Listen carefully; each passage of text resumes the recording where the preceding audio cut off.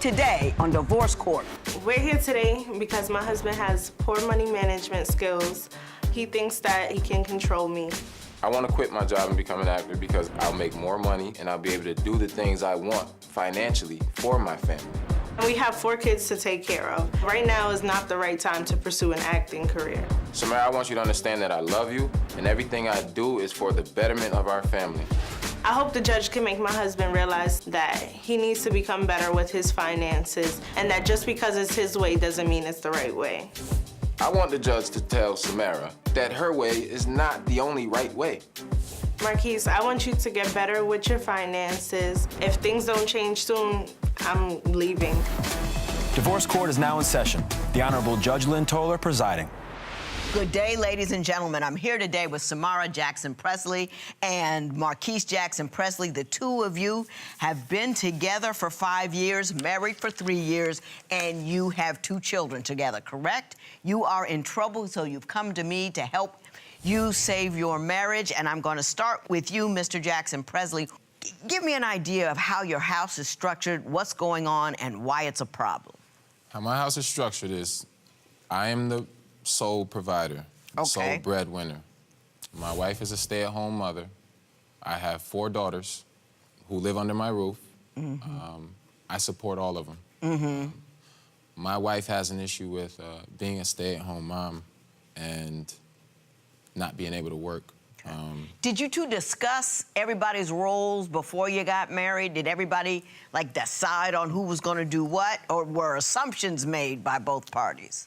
It was assumptions. It was assumptions. Yeah. What do you think of the structure as he's indicated? Well, when we got married, we both were working. So, you know, I knew that he always wanted to be, you know, the sole breadwinner and the man of the house. But Marquise thinks that being the man of the house means that, like, he has complete control over what I can and can't do and my decisions. And, like... Give me an example. For example, I was working and I was going to school, and he wanted me to stop when I had my daughter. And I stopped working. I took off of school for 2 years, and I wanted to go back to finish. So being that he asked me to stop working and I was home, I took it as an opportunity to go back to school. So I had one of my girlfriends babysitting my daughter because he worked overnight, so he would sleep during the day. So I had her watching my daughter while I went to school. And she would scream all day. Well, she's a baby, and she was 6 months, I think, when I went back to school, so she was having separation anxiety. And one day I was on my way to school, and my girlfriend who's babysitting, she calls me, and she's asking me to turn around and come back, and she was like, you know, I'll give you back your money and everything, just she won't stop crying. But my girlfriend has 3 kids of her own, so I'm on the phone, and so I asked her, I was like, are you saying this, or is he putting you up to this? And she just kind of bypassed the question. She didn't answer, so I figured that he was there egging her on to give me the call. Okay, I got you. Well, we'll never know that for sure, but my question to you is, do you have a problem? I understand that you want to be the provider for the house, and God love you for it. Thank you. But do you have a problem with her wanting to participate financially by going to school and having her own job? I have a problem doing it when she wants to step in and take over my job. I don't. Well, what do you mean by how is she trying to take over your job? I feel like paying the bills and being the sole provider is my job, and I should do that 100%. Right. I don't feel that that's for her to interfere. You know, and as far as do you believe the fact that she has a job, if she has a job, is that interfering with your job? Is that what you're saying? Well, she wants to help with the bills. That's why she wants to work. Because she wants to do, you know, she wants to be involved with the bills financially, and I don't want her involved. I want Why don't you want her involved with the bill? Because that's my job. That's how I was raised. That is a man's job.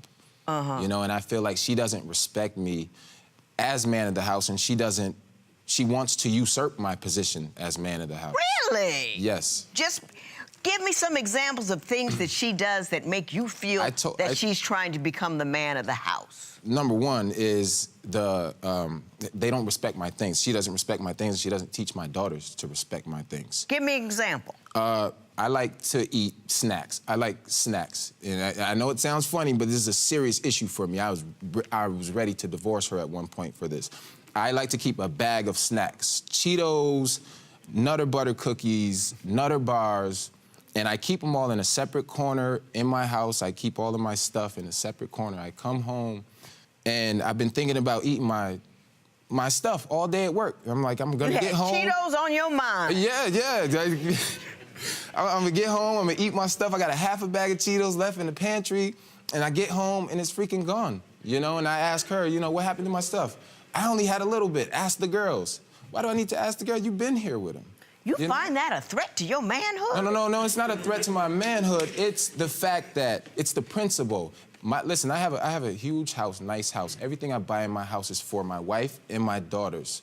The only thing I ask is that they respect my few things. I don't buy anything for myself. Everything in my house. Do what you want, but leave me the Cheetos. That's it. That's it. I got you. So, you say, Mrs. Jackson Presley, that when he does have money, he spends extravagantly, and he does so on you and the kids. Right. But you think it's too much money. Tell me why you believe that. For example, earlier this year, around Valentine's Day, my good friend, she came over and she came to me and she's like, you know, I know Valentine's Day is coming up, so I just want to let you know that you can't put a price tag on love, and, you know, money is no object, but when Valentine's Day comes, just, you know, act surprised. So I'm trying to fish for information now. I'm like, what did he buy now? What did he tell me? And she wouldn't tell me. So Valentine's Day rolls around, and he bought me roses. So, you know, you would think roses is a nice gift. No, the roses he bought me were $500, and that's just the beginning. He spent about anywhere from $3,000 to $4,000 this past Valentine's Day. Yeah, we went out to dinner, and our bill had to be like almost $400 for one night's dinner. What I need to do now is find out just how deep Mr. Jackson Presley is rolling, so we can figure out how he can spend $500 on some flowers. The bracelet was $1,000. That's my TV that I bought for myself. I spent $700 on it. So how much do you make a month? The job I work, I was making anywhere between $6,000 to $9,000 a month. And that's how much you currently make? Right now, I'm not making anything.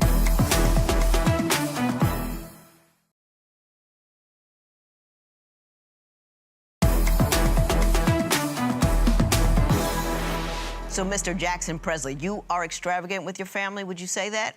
I'm very extravagant when it comes to spending. Okay. Give me an idea of how much you spend and on what.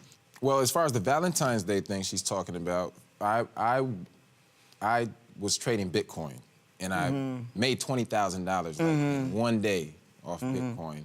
And it just so happened to be Valentine's Day, and to me it was all extra money. And so I took her out to a nice restaurant in New York City, and she... Yeah. Give me some idea of other things. We know about Valentine's Day. What other kind of things do you buy, and how much do they cost? Turn around now. Explain to me what I'm looking at here. Turn around. Oh, this was a bear I bought her on Valentine's. For $180? Yeah. I mean, the bear is like as big as her. Okay, what else do we have? That's a truck that she wanted. She wanted a third row, Your Honor, because we have 2 car seats now. I got you. A minivan would have sufficed. He didn't want a minivan. What else we got? Nice rings. That's her wedding ring. Uh-huh. On the right. And the one on the left, I bought it just because. I took her to the store. She wanted it. What is this? She didn't. I asked her if What she is wanted this? it. I don't want a whole long explanation. This is a Movado watch. How much does that cost? I can't see that far. $1,000. Holy moly. Yeah. And the bracelet was $1,000. That's my TV that I bought for myself. All right. Curved TV. I spent $700 on it. So how much do you make a month? Anywhere between, the job I work, I was making anywhere between $6,000 to $9,000 a month. $6,000 to $9,000 a month? Yes. And that's how much you currently make? Right now, I'm not making anything, Your Honor. Well, when you were making $6,000 to $9,000 a month, how much of that did you put away for those 4 little girls that you're going to put through college one day? Head of the house? Nothing. I didn't put anything away. I don't save Do money. you think that's a good head-of-the-house decision, is to spend money on things and items and not invest into the minds and the futures of the children that you have? No, because I pay all my bills. All my bills are paid. They're paid on time. My extra money So goes when towards... Harvard comes a-knocking and says it's gonna be $70,000 this year, what you gonna do? When who comes to knocking? Harvard, the college, Oh. the university? I mean, Your Honor, listen. I have given Samara opportunity after opportunity to take my money and save it and put it aside. She will not. Well, you're the head of the house. You want to be in charge of the money. So why, when something goes wrong, is it her fault? I want to be in charge of making the money. She manages the money. My money gets directly deposited into her bank account. No, it doesn't. It goes to the watch people. It goes to the diamond people. It goes to the flower people. It goes to the teddy bear people. It goes to the car people. That's where your money goes. In my bills. I make sure my house is taken care of. I understand that. What am I asking you about? You're asking me, am I responsible with my extra money? Which I am not. I admit that. I'm not good with extra money. It's, as long as my bills are paid, anything extra, it's gonna be spent. And you understand that's irresponsible, right? Is it, though? It is. Can I explain something to you, Judge? Quickly. I spend my money on my wife because I want her to understand how much I love her. When I buy her things, I want her to have the best. Okay, and let me tell you why you're confused. Didn't you quit your job? That's a yes or a no. I did not quit my job. I went on a medical leave because she just had my fourth daughter. And how are the bills getting paid now?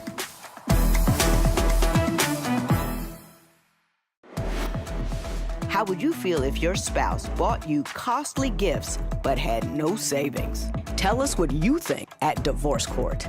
Divorce Court will be right back.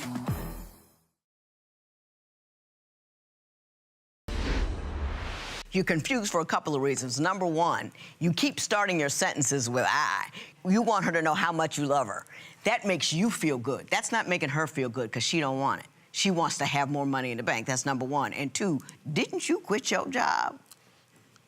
That's a yes or a no. I did not quit my job. I went on a medical leave because she just had my fourth daughter. And how are the bills getting paid now? They're not. The bills are piling up. Yeah, imagine this. I know this is deep, it's a stretch, but had you saved that money from the watch and the teddy bear and the flowers and the dinner and the car, you wouldn't be in debt because you would have had money to back you up because you went on leave. I understand that, Judge, but I'm not a money saver. I make money. That's it. And making more money makes more sense to me than saving money. That's it. So I'm trying to figure out how to make more. I'm not...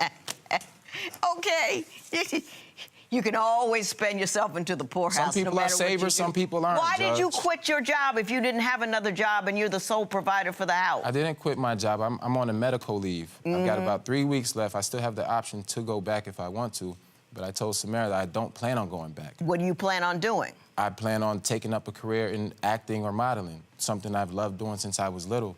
I'm tired of working for money. The job that I work, I have pictures of the type of work that I do. I work 70 to 80 hours a week. I'm tearing my body down physically, and I've had to take pain medications Your Honor, just so I can go to work. But he wouldn't have to work so many hours if he let me work, and then we can help each other with the bills. I understand you. He doesn't understand me. I understand what you're saying, Judge. I'm telling you, I've been trying to save for years, and it's just something I'm not good at. Yeah, but I'm good at it. Then you surrender.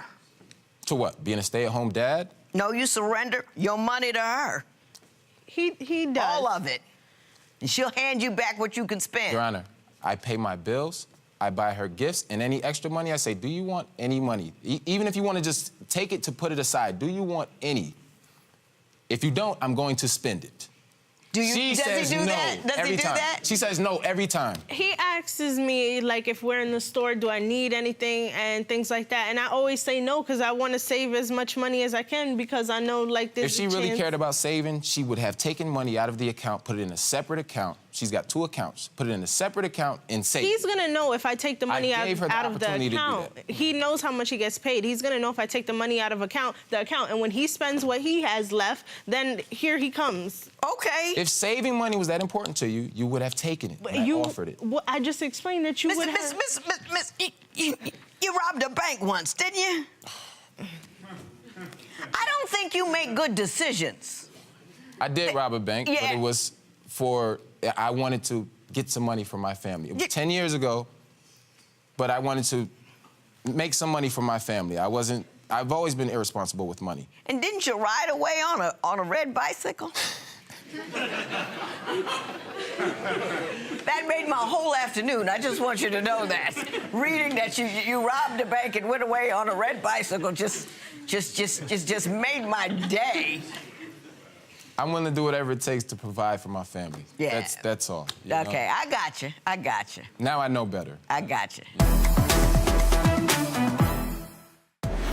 What would you do if your spouse wouldn't support your educational and professional goal? Share your opinion on Twitter and Instagram at Divorce Court. Divorce Court will be right back.